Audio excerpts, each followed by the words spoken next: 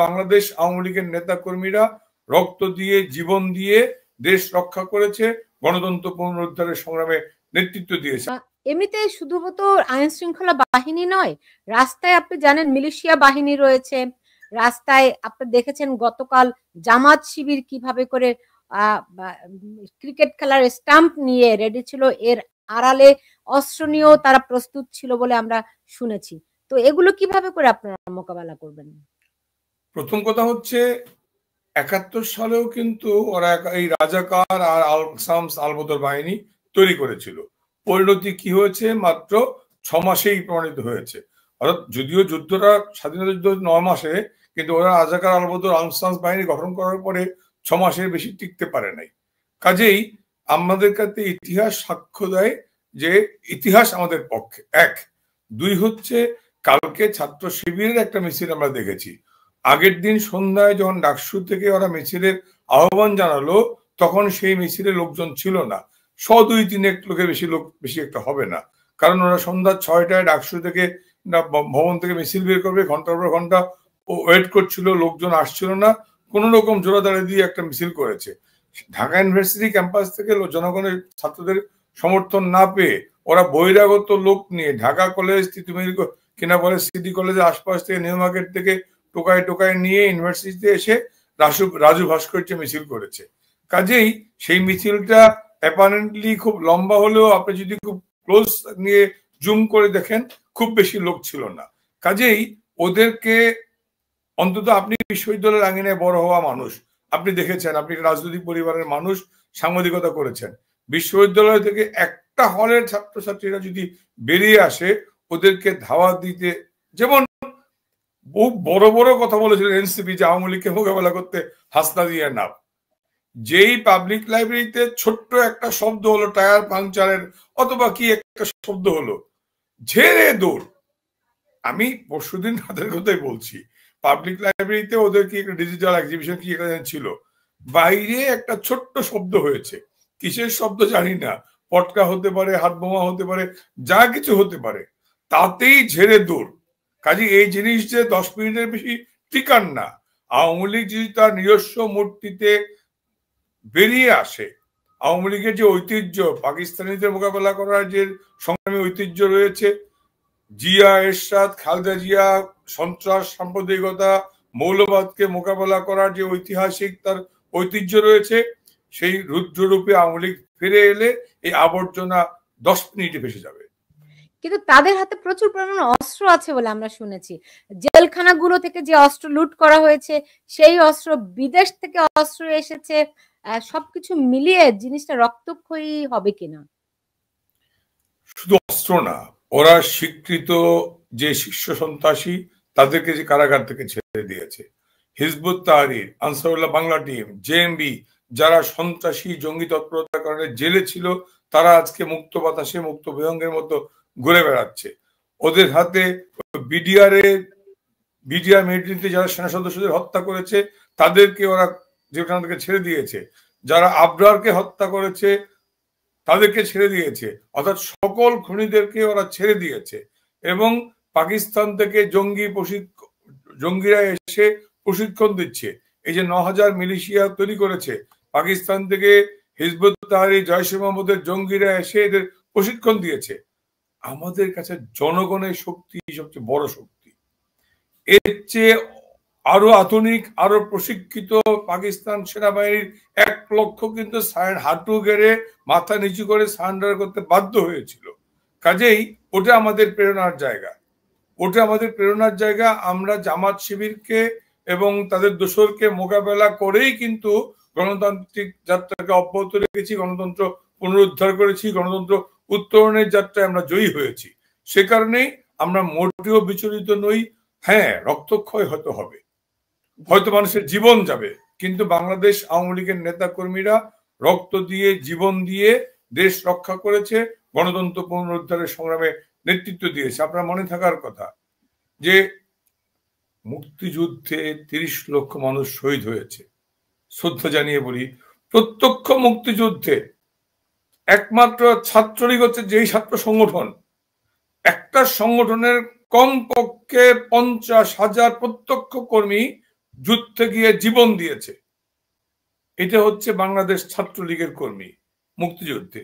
তারপরে বঙ্গবন্ধু হত্যার পরে সেই মাহফুজ বাবু থেকে জিয়াউর রহমানের দুঃশাসন অপশাসনে কত শত মানুষ জীবন দিয়েছে।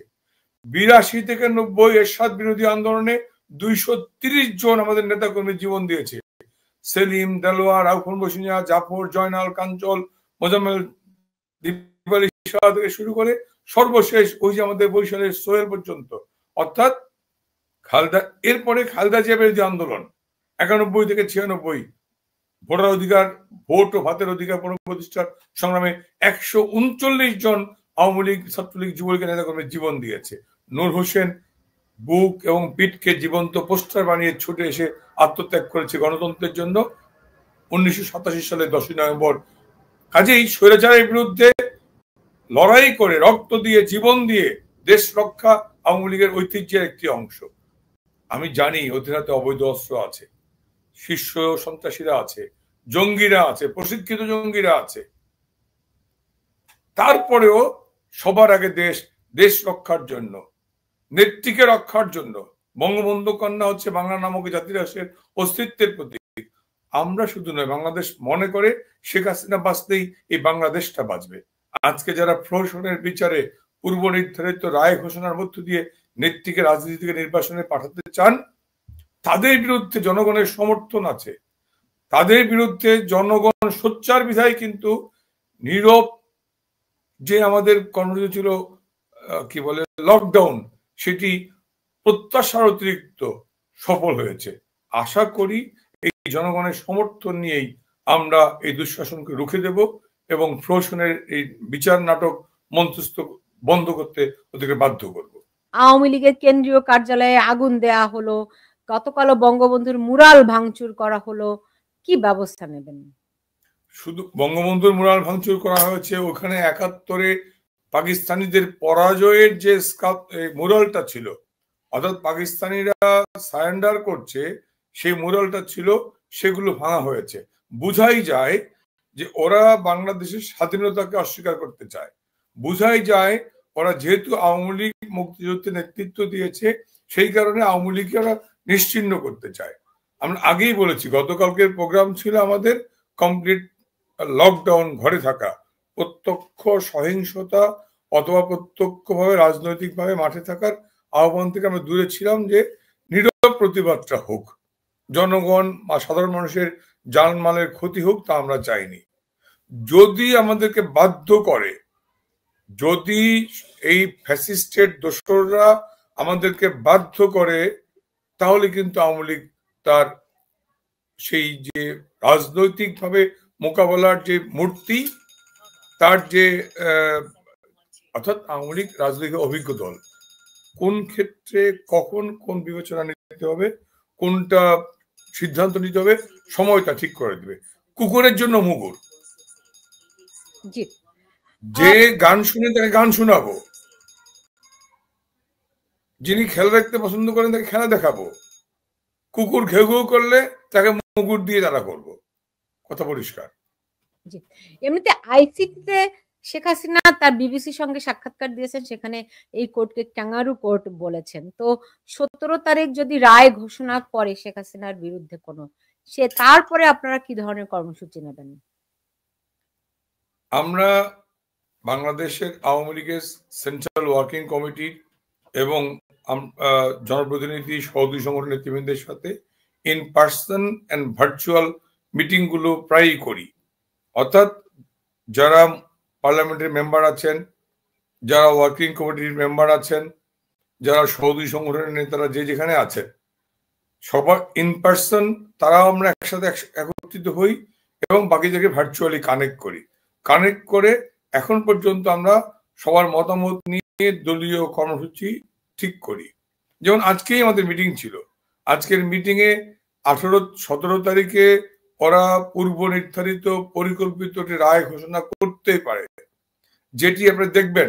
এটা যে পূর্ব নির্ধারিত রায়, এটা যে পরিকল্পিত সিদ্ধান্ত ওদের, সেটিতে প্রমাণিত হয়েছে সরকার মনোনীত যে স্টেট ডিফেন্স লয়ার এবং কোর্ট, যে ট্রাইব্যুনালের যারা বিচারক, তাদের সাথে যে অফ দ্য রেকর্ড কনভারসেশন যেটি লিক হয়ে গেছে, ভার্চুয়ালি সেটা অন এয়ার হয়ে গেছে, এবং তাতেই বোঝা গেছে তারা সর্বোচ্চ শাস্তি দেওয়ার চেষ্টা করবে। আমরা মনে করি যদি অন্যায়ভাবে, অযৌক্তিকভাবে, বেআইনিভাবে নেত্রীকে কোনো সাজা দেওয়া হয়, আমরা 18 তারিখে আমাদের রুদ্র রূপ আমরা আরো বেশি কঠিন কঠোর হয়ে রাজপথের দখল নেব। দেশবাসীকে সাথে নিয়ে এই অন্যায়, অবিচার, বেআইনি রায়ের বিরুদ্ধে আমরা আরো বেশি কঠিন কঠোর প্রতিবাদী হব। জি, আপনারা বলছেন গতকাল আপনার প্রেসিডিয়াম সদস্য জাহাঙ্গীর কবির নানক বলেছেন ডক্টর ইউনূসের বিদায় না হওয়া পর্যন্ত আপনাদের আন্দোলন সংগ্রাম চলবে। এটি সত্য। বাংলাদেশে এই ইউনূস নামক এই উপদ্রবটি, এই দুষ্ট গ্রহটি, যেটি আজকে বাংলাদেশের সকল নষ্টের মূল কারণ, বাংলাদেশের শুধুমাত্র রাজনৈতিকভাবে বঙ্গবন্ধু কন্যাকে হেনস্থা করা নয়, শুধু আওয়ামী লীগকে নিশ্চিহ্ন করার কনস্পিরেসি নয়, গোটা বাংলাদেশটাকেই ধ্বংস করার একটি অশুভ চক্রান্তে লিপ্ত রয়েছে ইউনূস এবং তার বিদেশি দোসররা। অর্থাৎ রজার খলিল বলেন, এই যে আলী রিয়াজ বলেন, তার যারা দোসর, এই বাটপার গুলো মিলে বাংলাদেশটাকে বিদেশি স্বার্থ রক্ষার জন্য তৎপর। আজকে তারা বাংলাদেশটাকে বিদেশিদের হাতে তুলে দিতে চায়, সে বন্দর হোক আর আমার পোর্ট হোক, কি বলে যে মানবিক করিডোর হোক, বিদেশিদের হাতে বাংলাদেশের স্বার্থ বিকিয়ে দিয়ে বাংলাদেশের সম্পদ বিদেশিদের হাতে তুলে দিতে চায় ওরা। কাজেই এই দুষ্ট চক্র হচ্ছে বাংলাদেশের অস্তিত্বের জন্য হুমকি স্বরূপ, বাংলাদেশের শত্রু। কাজেই শত্রুকে নিশ্চিহ্ন করতে না পারলে, উৎখাত করতে না পারলে বাংলাদেশটা নিরাপদ থাকবে না। আমার দায়িত্ব হচ্ছে সচেতন মানুষ হিসেবে, একজন দায়িত্বশীল রাজনৈতিক কর্মী হিসেবে আমার দেশকে রক্ষা করা। আমি সেই দেশ রক্ষার জন্য প্রথম কাজ কি, ইউনূস তার দোসর ওই রজার খলিল, আমেরিকান নাগরিক, ওই আলী রিয়াজ বাটপার, এই চোর গুন্ডা বদমাশদেরকে দ্রুততম সময়ের মধ্যে দেশ থেকে বাধ্য করা, দেশ থেকে উৎখাত করা।